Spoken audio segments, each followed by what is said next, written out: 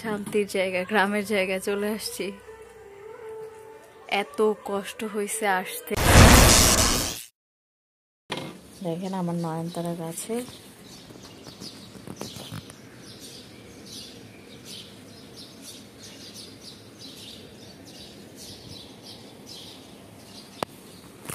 তিনটার মতো প্রত্যেকদিন এখন হয়।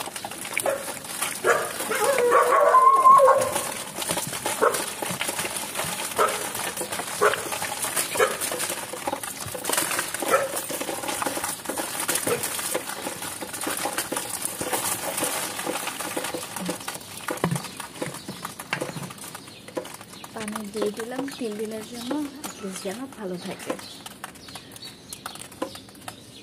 ফুল আসছে 3টা।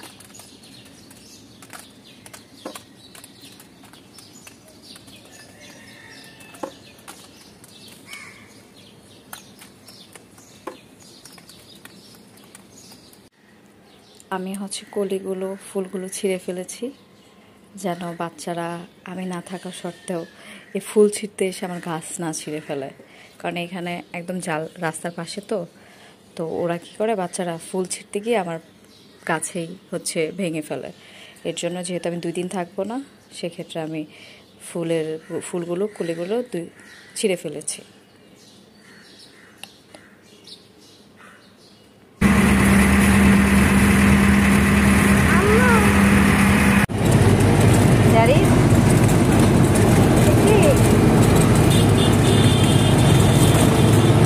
জায়গায় চলে আসছি। এত কষ্ট হয়েছে আসতে আল্লাহ। আর এখানে একটা জিনিস দেখে আমি সারপ্রাইজ হয়েছি যে তাদের এখানে কারেন্ট চলে গেছে, কিন্তু ওয়াইফাই যায় নাই। কারেন্ট চলে গেলেও ওয়াইফাই যায় না। কার? তোমার? আমি খাই? আমি একটু তোমার খাবারটা খাই। কোনটা তোমার? তাহলে ওইটা আমি খাই? খাই? বলো খাও, বলো খাও।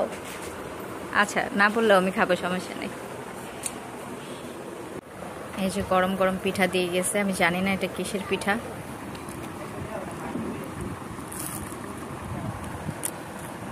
ভিতরে এরকম কি শাক বলতে হবে না, কি শাক? কি শাক? ওই যে খেতে থেকে আনা শাক না? মজা তো। এটা গ্রামের চাল,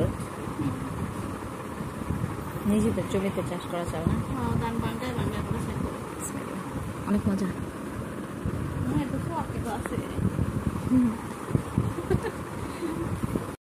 শাক দিয়ে পুরো ভাতটা আমি খেয়ে ফেলতেছি, বাকি তরকারি কেমনে খাবো। এত মজা হয়েছে শাকটা যে আমি পুরো ভাতটাই শাক দিয়ে খেয়ে ফেলছি।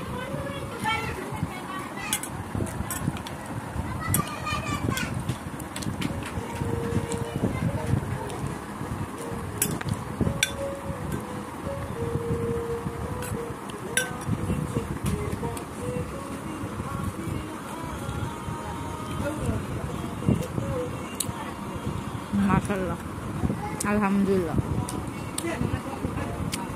গ্রামের রান্নার টেস্টই আলাদা। অনেক মজা হয়েছে মাংসটা, অনেক অ্যারোমাটাই অনেক সুন্দর আসতেছে।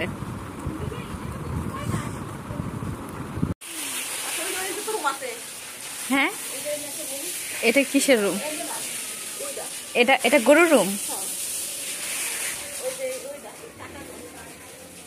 ওটা আপার বড় ছেলে থাকে। আম গাছ দেখেন, আম পড়ে আছে।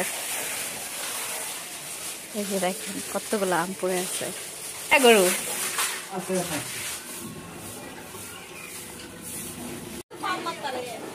আম গাছ, এইখানে অনেকগুলো আম পড়ছে। এই যে দেখেন কতগুলো আম, এই যে অনেকগুলো আম, এই যে আম। হ্যাঁ, এই ওরে আরো আম।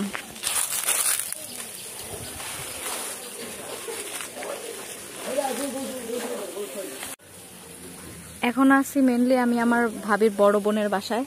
আমি নানু বাড়িতে এখনো যাই নাই, মানে ভাবির আমার বাড়িতে এখনো যাই নাই, ভাবির বড় বোনের বাসায় আইসা উঠছি।